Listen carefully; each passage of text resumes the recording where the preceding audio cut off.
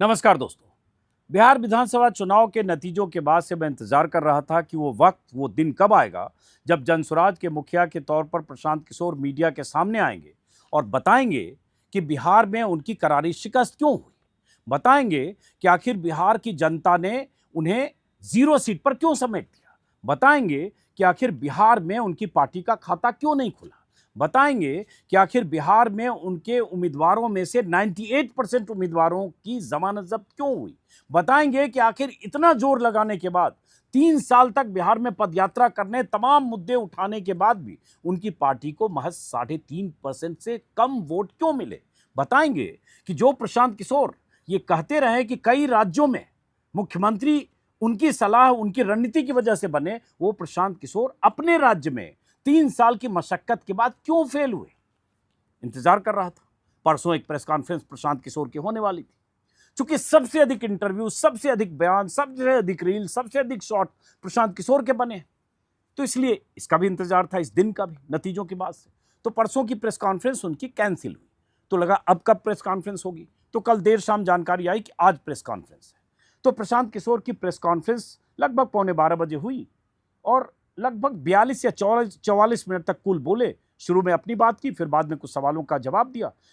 गौर से मैंने उनकी पूरी बात, उनकी प्रेस कॉन्फ्रेंस को मैंने सुना और उसके बाद उसमें से मैंने पॉइंट बनाया जो वो बोले, जो उन्होंने अपनी बात की, जो उन्होंने गलती मानी और जो मुद्दे उठाए। सबसे खास बात, आज मैं तारीफ करूंगा प्रशांत किशोर की। ऐसी करारी हार के बाद, ऐसी शिकस्त के बाद, खास करके ऐसे शख्स की हार के बाद जो शख्स बड़े बड़े दावे कर चुका हो, उस शख्स की ऐसी हार हो और वो कैमरों के सामने, मीडिया के सामने आए, तमाम सवालों का सामना करे, इसके लिए तारीफ बनती है। क्योंकि इसी देश में, देश की सत्ता पर, शीर्ष पर ऐसे प्रधानमंत्री काबिज हैं जिन्होंने 11 साल से कभी मीडिया का सामना नहीं किया, किसी प्रेस कॉन्फ्रेंस का सामना नहीं किया, कभी प्रेस कॉन्फ्रेंस नहीं किया। ऐसे और भी लोग होंगे। तो प्रशांत किशोर आए तो सही, जवाब तो दिया। प्रशांत किशोर ने खास बात यह रही कि उन्होंने अपनी गलती मानी, चूक मानी, जिम्मेदारी ली, लेकिन कुछ सवाल खड़े किए प्रशांत किशोर ने। क्योंकि नीतीश कुमार को लेकर जो प्रशांत किशोर कहते रहे, कई बार उन्होंने इंटरव्यू में कहा कि नीतीश कुमार अगर 25 से ज्यादा सीटें जीत लेंगे तो मैं राजनीति छोड़ दूंगा, राजनीति से संन्यास लूंगा। यह सवाल उनसे लगातार आज की प्रेस कॉन्फ्रेंस में पूछा गया। हमें लग रहा था कि जब यह होगी प्रेस कॉन्फ्रेंस, ये सवाल उनसे बार बार पूछा जाएगा और मेरी दिलचस्पी भी यह जानने में थी कि आखिर इस सवाल का जवाब प्रशांत किशोर क्या देते हैं, क्योंकि उनका यह वीडियो बार बार वायरल है। प्रशांत किशोर ने जवाब तो दिया, हालांकि उस जवाब में शुरू में उन्होंने थोड़ी चालाकी भी की कि उन्होंने कहा पहले कि मैं किस पद पर हूं कि छोड़ दूं और कहां से संन्यास ले लूं।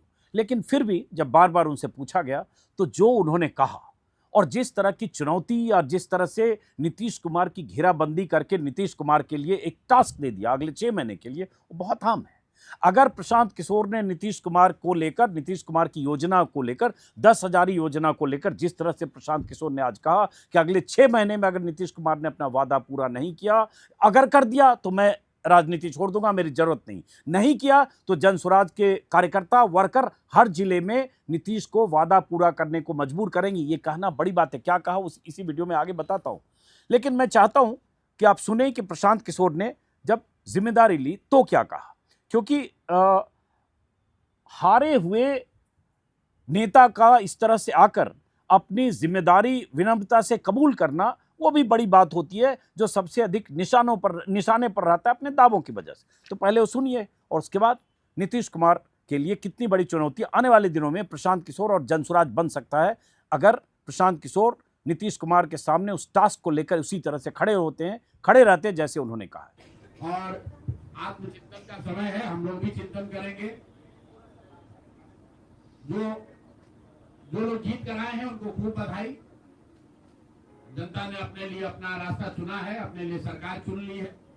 अब नीतीश जी और भाजपा के लोगों पर जिम्मेवारी है कि बिहार में जिन बातों को लेकर वो सत्ता में आए हैं, बिहार में तरक्की हो, बिहार में भ्रष्टाचार से जो जनता जूझ रही है, भ्रष्टाचार खत्म हो, यहाँ पर लोगों के लिए रोजी रोजगार हो और सबसे बढ़ के जो मुद्दा है पलायन का, बिहार से पलायन बंद हो।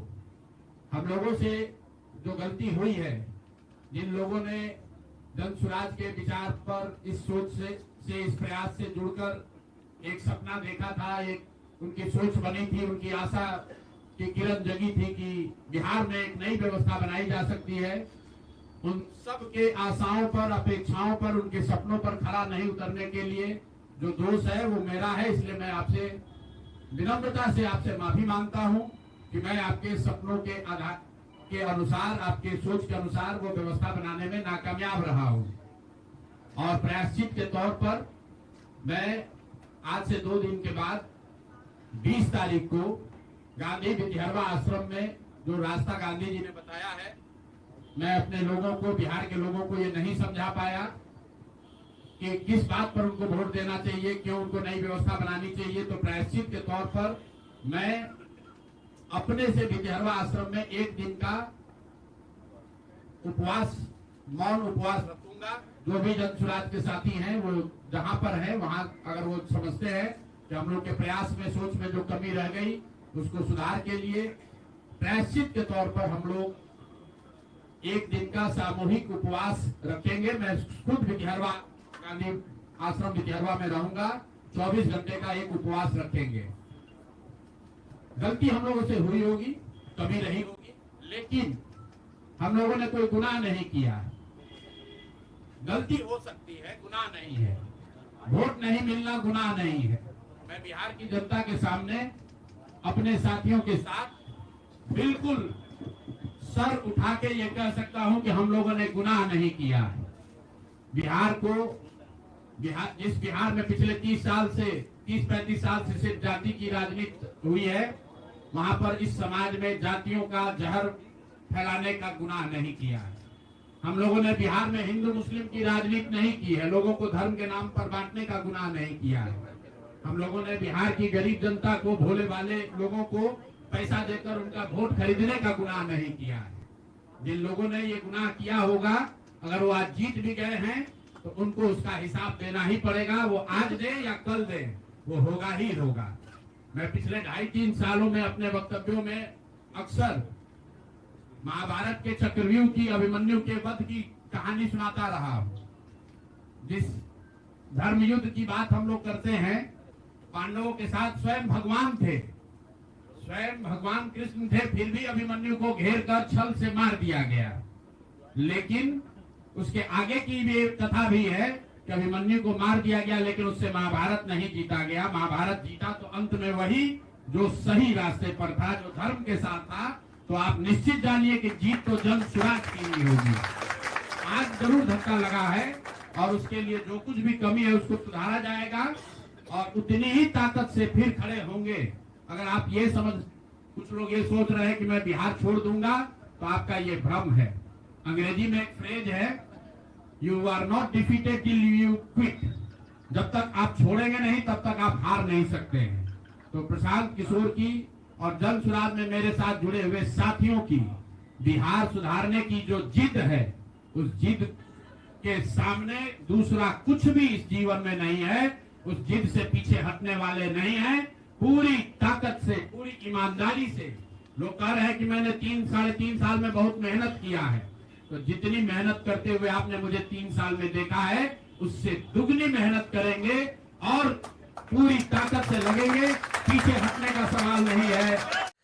प्रशांत किशोर से जब पूछा गया कि आप बार बार कह रहे थे कि नीतीश कुमार को 25 से ज़्यादा सीटें आई तो इस्तीफा दे देंगे, संन्यास ले लेंगे, तो जैसा कि मैंने कहा, उन्होंने कहा कि हमने कहा था कि 25 से आने पर राजनीति छोड़ देंगे, लेकिन हम किस पद पर हैं कि राजनीति छोड़ दें या संन्यास ले लें। हालांकि सूत्रधार हैं, घोषित तौर पर वहाँ राष्ट्रीय अध्यक्ष कोई और हैं, प्रदेश के अध्यक्ष कोई और हैं। उन्होंने थोड़ी चालाकी करने की कोशिश की, लेकिन रिपोर्टर जब बार बार सवाल पूछते रहे तो थोड़े लगता है थोड़े चिढ़े भी, खींचे भी। लेकिन जो उन्होंने कहा वो बहुत इंपॉर्टेंट है।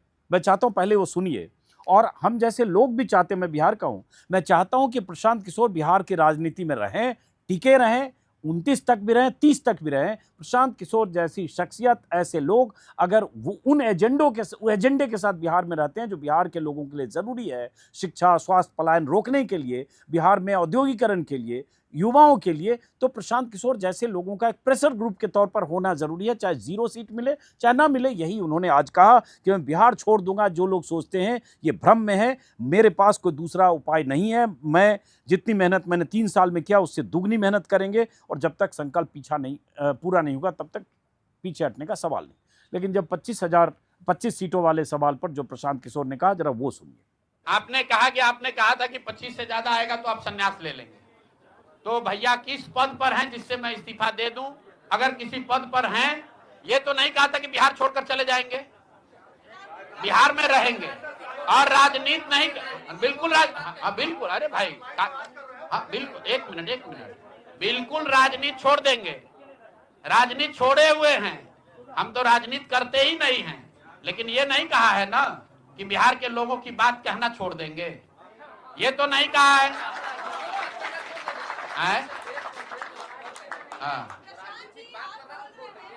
नहीं, आपने ऐसा है, हमने कहा कि अगर 25 से ज्यादा सीट आएगा तो राजनीति छोड़ देंगे, बिल्कुल बात पर कायम है। लेकिन ये तो नहीं कहा कि ये 30,000 करोड़ रुपया में वोट खरीदेंगे। अब आप कह रहे नहीं, वोट उन्होंने नहीं खरीदा है, तो हमने कहा अगर नहीं खरीदा है तो 2 लाख रुपया दे दीजिए, हम बिल्कुल छोड़ देंगे। एक मिनट रुकिए, अरे सुन तो लो, सरकार क्या विज्ञप्ति पढ़ लो जिस पर सरकार ने, हाँ बिल्कुल बिल्कुल बिल्कुल, नहीं ऐसा है, बिल्कुल हम भी सभी की बात नहीं कर रहे हैं। सरकार ने 1.5 करोड़ लोगों को 10-10 हजार रुपया दिया है, और पूरे देश में इस बात पर बहस छिड़ी हुई है कि क्या ये 10,000 रुपया वन टाइम देकर वोट खरीदा गया है कि किसी सरकारी योजना के तहत इस पैसा को दिया गया है। मैं ये कह रहा हूं कि मैं बिल्कुल ये मानने को तैयार हूं कि सरकार का ये एकाधिकार है, वो चाहे योजना शुरू कर सकती है। अंतिम महीने में ही किया, उसमें कोई दिक्कत नहीं है, हम उस बात में नहीं पड़ रहे हैं। इलेक्शन कमीशन ने चुनाव के दौरान ये पैसा बांटने दिया, ये उनकी गलती है, उस पर भी हम टीका टिप्पणी नहीं कर रहे हैं। हम तो ये कह रहे हैं कि जिस योजना के तहत आप जीत कर आए हैं उस योजना को लागू कर दीजिए। हम लोग को बिहार में रहने की भी जरूरत नहीं है, बिहार ही छोड़ देंगे, राजनीति की क्या बात कर रहे हैं।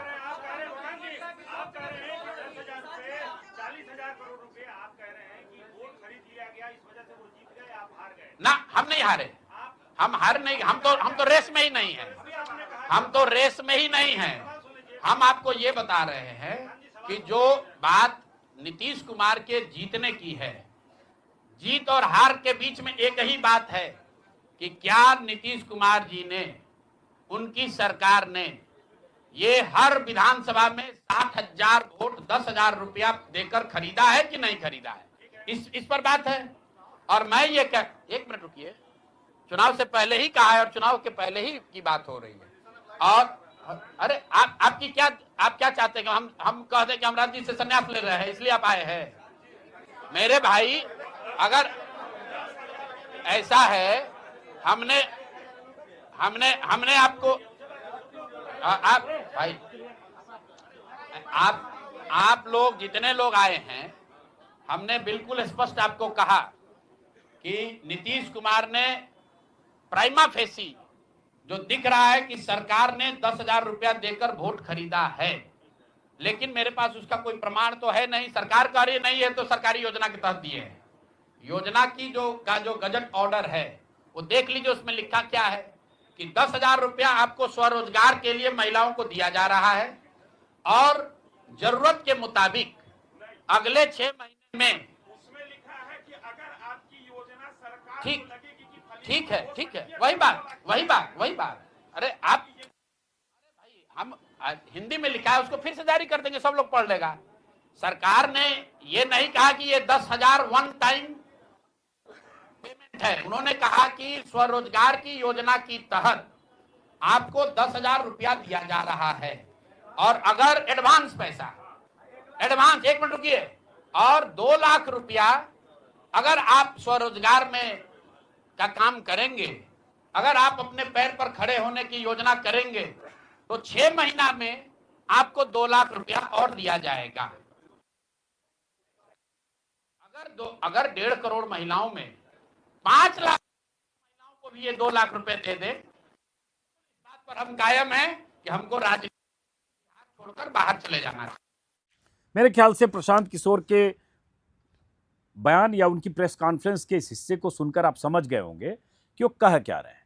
प्रशांत किशोर ये कह रहे हैं, और ये सब लोग कह रहे हैं कि भाई 10,000 देकर वोट खरीदा गया या 10,000 महिलाओं को चुनाव के दौरान देकर उन्हें अपने पाले में किया गया। ये इसे रिश्वत कहें या सरकारी खजाने से 15,000 करोड़ 14,000 करोड़ खर्च करके महिलाओं को एनडीए के पक्ष में लाने की कवायद कहें।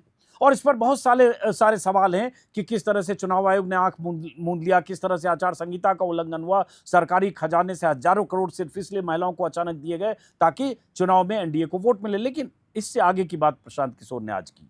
प्रशांत किशोर ने कहा, और ये सही है, क्या है उस स्कीम में, महिलाओं को दिया गया लगभग 1 करोड़ 40 लाख महिलाएं, वो 1.5 करोड़ बोल रहे हैं, लगभग मान लीजिए 1.5 करोड़ महिलाओं के खाते में 10,000 दिए गए और कहा गया कि अगर आप 6 महीने में कुछ रोजी रोजगार करते हैं, स्वरोजगार, तो आपको 2 लाख और दिए जाएंगे। प्रशांत किशोर ने कहा कि अगर 2 लाख रुपया उन महिलाओं को, जब बार बार उनसे पूछा गया ना कि आपने कहा राजनीति छोड़ देंगे, संन्यास ले लेंगे, तो उन्होंने कहा कि अगर 1.5 करोड़ महिलाओं के खाते में 2-2 लाख मिल जाते हैं, अगर 1.5 करोड़ महिलाओं को 2-2 लाख मिल जाते हैं तो पलायन और रोजगार की समस्या खत्म हो जाएगी। फिर मेरी बिहार में ऐसे ही जरूरत नहीं रहेगी, हम चले जाएंगे, हम छोड़ देंगे। मतलब थोड़ी चिढ़ के साथ बोले, लेकिन ये सोचिए जरा कि 2-2 लाख देना 1.5 करोड़ महिलाओं को, 10,000 आपने दिया तो अगर 1.5 करोड़ को दिया तो 15,000 करोड़ खर्च है। अगर 2-2 लाख देंगे 1.5 करोड़ महिलाओं को तो लगभग मेरे ख्याल से 3 लाख करोड़ का खर्चा आता है। 3 लाख करोड़। बिहार सरकार का बजट ही है 3,17,000 करोड़। 3 लाख करोड़ बिहार सरकार 6 महीने में कहां से देगी? हालांकि उसमें एक राइडर है, जो प्रशांत किशोर से पूछा भी लोगों ने।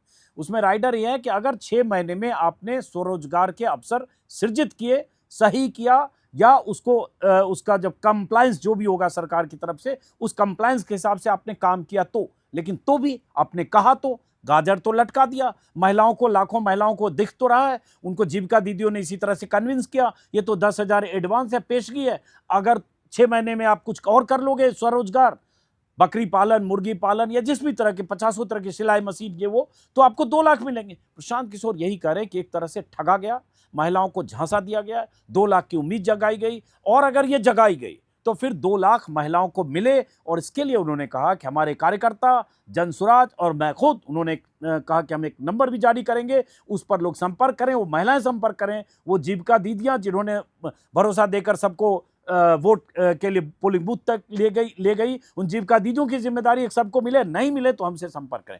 अब ये एक बड़ा टास्क है, और मुझे लगता है प्रशांत किशोर ने जो बात कही है, मुझे लगता है पूरा विपक्ष एकजुट होकर बिहार सरकार को मजबूर करे कि आपने जो कहा वो कीजिए। सिर्फ 2 लाख की गाजर लटकी है, 10,000 आपने ट्रांसफर कर दिए, लेकिन बात यह है कि आपने जो आगे कहा वो करेंगे क्या, जो प्रशांत किशोर ने कहा। एक और हिस्सा मैं चाहता हूं, चूंकि देखिए इस पर बहुत बार बात हो रही है कि किस तरह से बिहार में वोट को प्रभावित किया गया। मतलब 6 अक्टूबर को चुनाव की घोषणा हुई, उसके ठीक पहले 1.5 महीने में देखेंगे तो लगभग 40,000 करोड़ की घोषणाएं की गई, और वो लोक कल्याणकारी घोषणाएं, चाहे बेरोजगारी भत्ता हो, चाहे किसी तरह की पेंशन स्कीम 400 से 1100 करना हो, फ्री बिजली हो, चाहे महिलाओं को पैसे देने की बात हो, आंगनबाड़ी वर्कर को देने की बात हो, जीविका दीदी, सारी योजना मिलाकर। तो प्रशांत किशोर ने आज उसी पर सबसे मुखर होकर अपनी बात रखी। मैं चाहता हूं उनके चूंकि ये बिहार की जनता को, बिहार की पब्लिक को, बिहार के वोटर को ये पता भी चलना चाहिए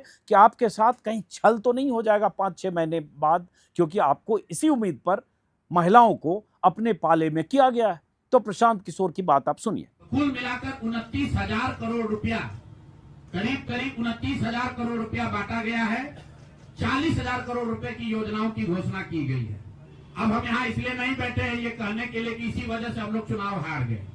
मेरा अब सीधा सरकार से एक आग्रह है कि आपने 2 लाख रुपए देने का वादा किया है, जनता ने आपको मत दे दिया, अब आप सत्ता में बैठे हैं, तो कृपा करके जो 1.5 करोड़ महिलाएं हैं जिनको आपने 10,000 रुपया दिया है, उन सभी महिलाओं को अगले 6 महीने में 2 लाख रुपए तक देने की व्यवस्था कीजिए, क्योंकि अगर वो हो जाएगा तो बिहार से बेरोजगारी दूर हो जाएगी, बिहार से पलायन बंद हो जाएगा। और अगर आपने ये नहीं किया तो ये बिल्कुल स्पष्ट हो जाएगा कि आपने ये 10,000 रुपया किसी योजना के तहत नहीं दिया था, सिर्फ और सिर्फ वोट खरीदने के लिए दिया था।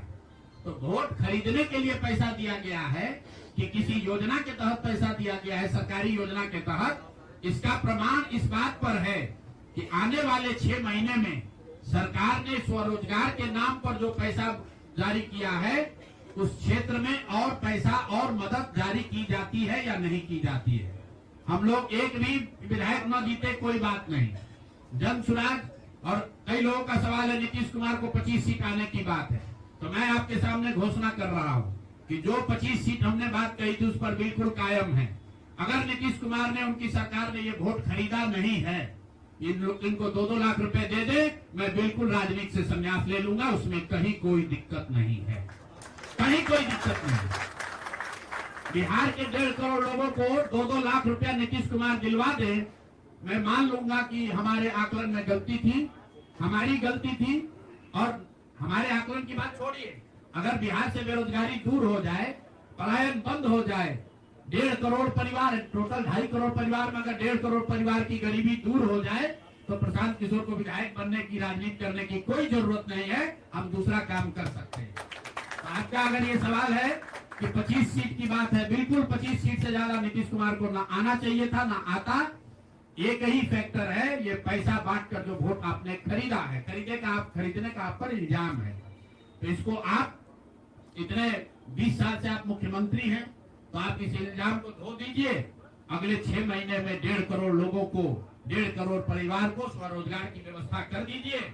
और अगर नहीं कीजिएगा तो हम लोग यहीं पर हैं।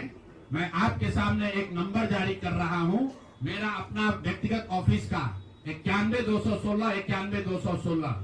जितने लोग हैं, जिनको भी 10,000 रुपया का बयाना नीतीश कुमार सरकार ने, अधिकारियों ने, जीविका की दीदियों के माध्यम से दिया है, इस आश्वासन के साथ कि अगर आप नीतीश कुमार को, एनडीए को वोट देंगे तो आपको 2 लाख रुपया 6 महीना में मिलेगा। तो मेरे भाई, अब समय चालू हो गया, आप आ गए हैं सत्ता में और हम लोग आराम से बैठे हुए हैं बिहार में। हर वो महिला, हर वो परिवार जिसको 2 लाख रुपया नहीं मिलता है, आप प्रशांत किशोर से संपर्क कीजिए, आप जन सुराज से संपर्क कीजिए। अब सलाह का समय खत्म हुआ, अब संघर्ष का समय शुरू होगा। हमने 3.5 साल लोगों को सलाह दिया है, हमने 3.5 साल लोगों को जाकर घर घर हाथ जोड़ा है, कभी वोट नहीं मांगा। लोगों को यही कहा कि अपने बच्चों के लिए वोट दो, अच्छे लोगों को जिताओ। लोगों ने अपने हिसाब से अच्छे लोगों को जिताया है। जिन मुद्दों पर जिताया है उसका मैं स्वागत करता हूं कि स्वरोजगार ही सबसे ज्यादा जरूरी है। उसका वादा एनडीए की सरकार ने किया है, नीतीश कुमार ने किया है, और 10-10 हजार रुपया बानगी के तौर पर, एडवांस के तौर पर उन महिलाओं को दिया है। तो अब अगले 6 महीना में उन सभी महिलाओं को, उन सभी परिवारों को नीतीश कुमार की स्वरोजगार का अवसर दे, उनको 2 लाख रुपए की मदद दे, ताकि वो 1.5 करोड़ परिवार के लोग बेरोजगारी से बाहर निकल सके, गरीबी खत्म कर सके और उनके बच्चे गुजरात में, तमिलनाडु में जाकर मजदूरी न करें। और अगर ये नहीं होगा तो हम लोग तो विधानसभा में हैं नहीं। जनता ने जो आदेश दिया है कि गांव-गांव घूमिए और लोगों की मदद कीजिए, तो जिनको भैया ये 2 लाख न मिले वो प्रशांत किशोर के पास चले आइए, जन सुराज के साथियों के पास आइए। आपकी आवाज बनकर, आपके साथ खड़े होकर ब्लॉक, पंचायत, डिस्ट्रिक्ट के ऑफिसेज में, सरकारी दफ्तरों में हम लोग चलेंगे। जरूरत पड़ेगा नीतीश कुमार, क्योंकि उन्होंने कहा है कि 10,000 रुपया जब मैं जीत कर आऊंगा आपको 2-2 लाख रुपए दूंगा, ताकि सब लोग अपने पैर पर खड़े हो जाएंगे। तो जन सुराज के लोग अब ब्लॉक में, और जिन लोगों ने, आपने सुना होगा सहारा में लोगों को कहा गया पैसा डबल हो जाएगा, सहारा के जिन लोगों ने एजेंट बनकर समाज सहारा में पैसा जमा कराया, सहारा वाले भाग गए तो लोग एजेंट को खोज रहे हैं। तो जो सरकारी अफसर नेतागिरी कर जिन लोगों ने किया है, सरकार की ओर से आश्वासन दिया है कि आपको रोजगार देंगे, 2 लाख रुपया देंगे, जिन जीविका की दीदियों ने एक महिला को जाकर समझाया है, बूथ पर बैठकर वोट दिलवाया है, सिंबल सिखाया है, क्रमांक संख्या बताया है, वो जीविका की दीदियों की जिम्मेवारी है कि जिनको आपने ये काम कराया है, जिनके बच्चों का भविष्य आपने 10,000 रुपया में आपने सौदा कराया है, उनको पैसा मिले। और अगर वो 2 लाख रुपया नहीं मिलेगा तो 6 महीने का समय है। 6 महीने के बाद हर वो व्यक्ति जिसको पैसा नहीं मिले उसके लिए जनसुराज का, प्रशांत किशोर का दरवाजा खुला हुआ है। हम लोग आपकी आवाज बनेंगे, आपके साथ खड़े होंगे। हम लोग विधायक सांसद नहीं है, लेकिन समाज में हमारी ताकत जो आवाज है आपके, वो आवाज आपके साथ जोड़ेंगे और हर हालत में आपको ये 2 लाख रुपया मिले, इसकी लड़ाई को जारी रखेंगे।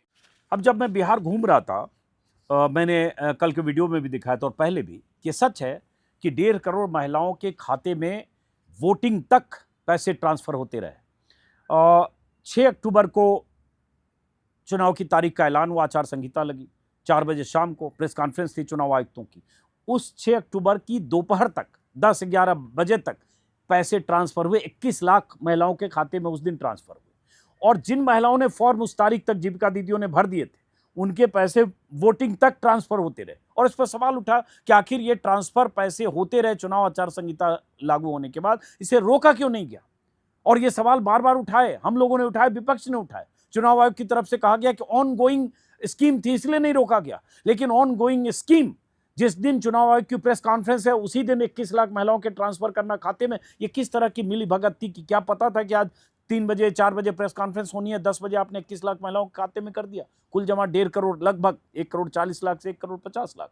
तो अब सवाल उठता है, जिन महिलाओं के वोट आपने ले लिए, जिन महिलाओं को 2 लाख का आपने दिखाया है झुनझुना या लॉलीपॉप, क्या उन तमाम महिलाओं का हक नहीं है कि उनसे वोट हासिल किए तो उनको अब 2-2 लाख मिले? यही प्रशांत किशोर कह रहे हैं। उन्होंने ये कहा कि जिनको भी 10,000 मिले हैं बयाना के तौर पर, एडवांस के तौर पर, और एनडीए को जिन्होंने वोट दिए कि 6 महीने में 2 लाख मिलेगा, उन्हें नहीं मिलता है तो प्रशांत किशोर और जनसुराज से संपर्क करें। अब ये एक बड़ी चुनौती होगी बिहार सरकार के लिए कि मान लो आपने 1.5 करोड़ महिलाओं को न दे पाया, आपने एक राइडर लगाया है कि जिनके स्वरोजगार के लिए जो पैमाने आपने तय किए होंगे, जिनके उस पैमाने पर जो महिलाएं फिट नहीं होगी उनको नहीं देंगे, लेकिन उम्मीद तो जगी है। तो क्या आप 25 लाख महिलाओं को भी देंगे?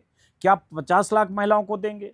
क्या आप 40 लाख महिलाओं को देंगे? ये आने वाले वक्त में ये प्रेशर ग्रुप विपक्ष का या विपक्ष की तरफ से आवाज़, उसका क्या असर होता है, ये बहुत बड़ी चुनौती नीतीश सरकार के सामने होगी। इसलिए प्रशांत किशोर ने एक लंबी लड़ाई का एक रास्ता खोल दिया है। प्रशांत किशोर ने, चूंकि प्रशांत किशोर लगातार बिहार में करप्शन के मुद्दे पर, भ्रष्टाचार के मुद्दे पर, सम्राट चौधरी, दिलीप जायसवाल, संजय जायसवाल, मंगल पांडे, अशोक चौधरी, इन सब के करप्शन पर, तमाम तरह के आरोपों पर प्रशांत किशोर लगातार प्रेस कॉन्फ्रेंस करते रहे, हमलावर रहे, मुखर रहे। हालांकि इन सब के बावजूद सम्राट चौधरी भी जीत गए, मंगल पांडे भी जीत गए, जिन पर उनके आरोप लगे सब जीत गए और खुद 0 पर सिमट गए। और उधर एनडीए की रिकॉर्ड तोड़ जीत के साथ एनडीए ने 200 का पार का आंकड़ा पार कर लिया और बीजेपी तो खैर रिकॉर्ड तोड़ 90 से ज़्यादा सीटें हासिल की।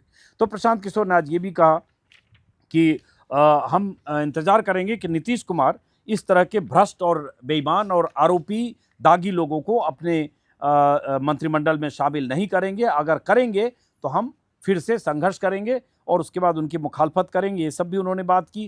प्रशांत किशोर ने कहा कि हम अपेक्षा करते हैं कि मंत्रिमंडल में ऐसे दागदार लोगों को शामिल न करें, नहीं तो हम निश्चित तौर पर कोर्ट का दरवाज़ा खटखटाएंगे। जब उनसे लोगों ने पूछा कि अगर उसके बाद भी उन्हें शामिल किया गया तो आप क्या करेंगे, उसके बाद जब जो मैंने कहा कि पहले भी जब उनसे पूछा गया 2-3 बार, क्योंकि ये सवाल हमने भी पूछा और लोग पूछ रहे कि भाई 25 से ज़्यादा सीटें आई तो क्या करेंगे, उन्होंने कहा हमने लिख कर दिया था कि 25 से ज़्यादा सीटें आएगी तो राजनीति छोड़ दूंगा, लेकिन ये नहीं कहा था कि 10-10 हज़ार देकर वोट खरीदे जाए। प्रशांत किशोर ने अपनी प्रेस कॉन्फ्रेंस में ये भी कहा कि जो मैंने परिकल्पना की थी रोजी रोजगार और बिहार के लोगों के लिए, उस परिकल्पना को मैं जनता तक नहीं पहुँचा पाया, इसलिए प्रायश्चित के तौर पर भितिहरवा आश्रम में, गांधी आश्रम, वहाँ 1 दिन का उपवास रखूंगा। तो ठीक है, एक तरह से उन्होंने अपनी गलती चूक मानी, जनता तक बात नहीं पहुंची वो मानी। हम जैसे लोग हमेशा कहते रहे कि प्रशांत किशोर जैसे लोगों का राजनीति में होना ज़रूर एक वेलकम स्टेप है, लेकिन और जो मुद्दे उन्होंने उठाए वो ज़रूरी मुद्दे थे। 3 साल उन्होंने बहुत मेहनत भी की है, ये कोई भी मानेगा कि जिस तरह से उन्होंने पद यात्राएँ की, सैकड़ों किलोमीटर, हज़ारों किलोमीटर, और लगातार सड़क पर रहे, 12, 16, 18 घंटे काम करते रहे, लेकिन उसका फलाफल, प्रतिफल उन्हें नहीं मिला। उसकी वजहों की पर चिंतन प्रशांत किशोर अब करेंगे। इसमें अभी चिंतन नहीं है, उन्होंने गलती मानी है। बिहार की राजनीति जाति और धर्म के ध्रुव पर धुरी पर टिकी है, ये सब जानता है। प्रशांत किशोर इसको खारिज करते रहे। जब उनसे कोई रिपोर्टर सवाल पूछता तो चिढ़ भी जाते थे कि आपको बिहार के बारे में कुछ नहीं पता, बिहार के लोगों को इतना मूर्ख मत समझिए, बिहार में ऐसा नहीं होता। बहुत तरह की उनकी थ्योरी थी, लेकिन उन तमाम थ्योरीज को बिहार की जनता ने नहीं माना और उन्हीं पाले में गए या उसी राजनीति को मानकर जनता ने वोट किया जिस राजनीति की वो मुखालफत कर रहे थे प्रशांत किशोर। अब सवाल उनके सामने है कि अगले 1 साल या 2 साल 3 साल क्या करेंगे, ये भी सवाल उनसे पूछा गया। तो उन्होंने कहा कि अभी हमने जिस तरह की राजनीति की या जो भी हमारा रोड मैप है, ब्लूप्रिंट है, उसको हम देखेंगे, चिंतन करेंगे और सोचेंगे कि आगे हम क्या करें। तो बहरहाल कुल मिलाकर प्रशांत किशोर ने ये कबूल किया और आत्मचिंतन की बात की। हम उम्मीद करेंगे, जो हमने पहले भी कहा है, कि मुद्दे ज़रूर उठाएं एक प्रेशर ग्रुप की तरह। आप विधानसभा में नहीं है, कोई विधायक आपका नहीं है, बाहर से आवाज़ उठाना और उस तरह से बड़ी पार्टी की तरह आपका जनाधार भी नहीं है, जाहिर है, हालांकि नहीं मानते रहे अलग बात है। तो आवाज़ उठाते रहना और 5 साल तक इस उम्मीद से टिके रहना कि 2029 या 30 में चुनाव होगा तो फिर आप लड़ेंगे, बहुत आसान नहीं होता है। लेकिन उन्होंने चूंकि कहा कि जब तक संकल्प पूरा नहीं होगा, पूरा नहीं करेंगे, तब तक हटेंगे नहीं, तो एक वेलकम स्टेप है। तो हम इंतज़ार करेंगे कि आने वाले दिनों में प्रशांत किशोर अपनी राजनीति को किस तरह से, जो अब तक करते रहे 3 साल, क्या उसी तरह से करते हैं। जैसे एक लाइन उन्होंने कहा कि अब सलाह का वक्त खत्म हुआ, संघर्ष का समय शुरू हुआ। तो इस सरकार को, जो सरकार एनडीए की सरकार बहुत बड़े दावे और वादे के साथ आई है, मैनिफेस्टो में जिले जिले में औद्योगिक इकाइयां लगाने की बात की है, इंडस्ट्री की स्थापना की बात हुई जो आज तक नहीं हुआ, और रोजी रोजगार की बात तो हुई कि अगले 5 साल में नीतीश कुमार 1 करोड़ लोगों को नौकरी और रोजगार देंगे। बहुत सारी बातें एनडीए सरकार ने की है। उम्मीद है कि प्रशांत किशोर एक प्रेशर ग्रुप के तौर पर, एक संगठनकर्ता के तौर पर, जन स्वराज के सूत्रधार के तौर पर सरकार को कम से कम बार बार घेर कर दबाव के दायरे में रखेंगे कि जो वादे किए गए वो वादे पूरे हों। और अच्छी बात है कि अगर 25 लाख, 50 लाख, 1 करोड़ महिलाओं को इस तरह से 2 लाख रुपए मिल जाए। तो फिलहाल इस वीडियो को खत्म करते हैं। इंतजार करेंगे कि अब 20 तारीख को जब मुख्यमंत्री नीतीश कुमार शपथ लेते हैं, उनके साथ दाएं बाएं क्या वैसे ही सम्राट चौधरी, मंगल पांडे और वो तमाम लोग होते हैं जिन पर दागी होने के आरोप रहे, चाहे अशोक चौधरी हो, कैसी तस्वीर दिखती है। फिलहाल नमस्कार।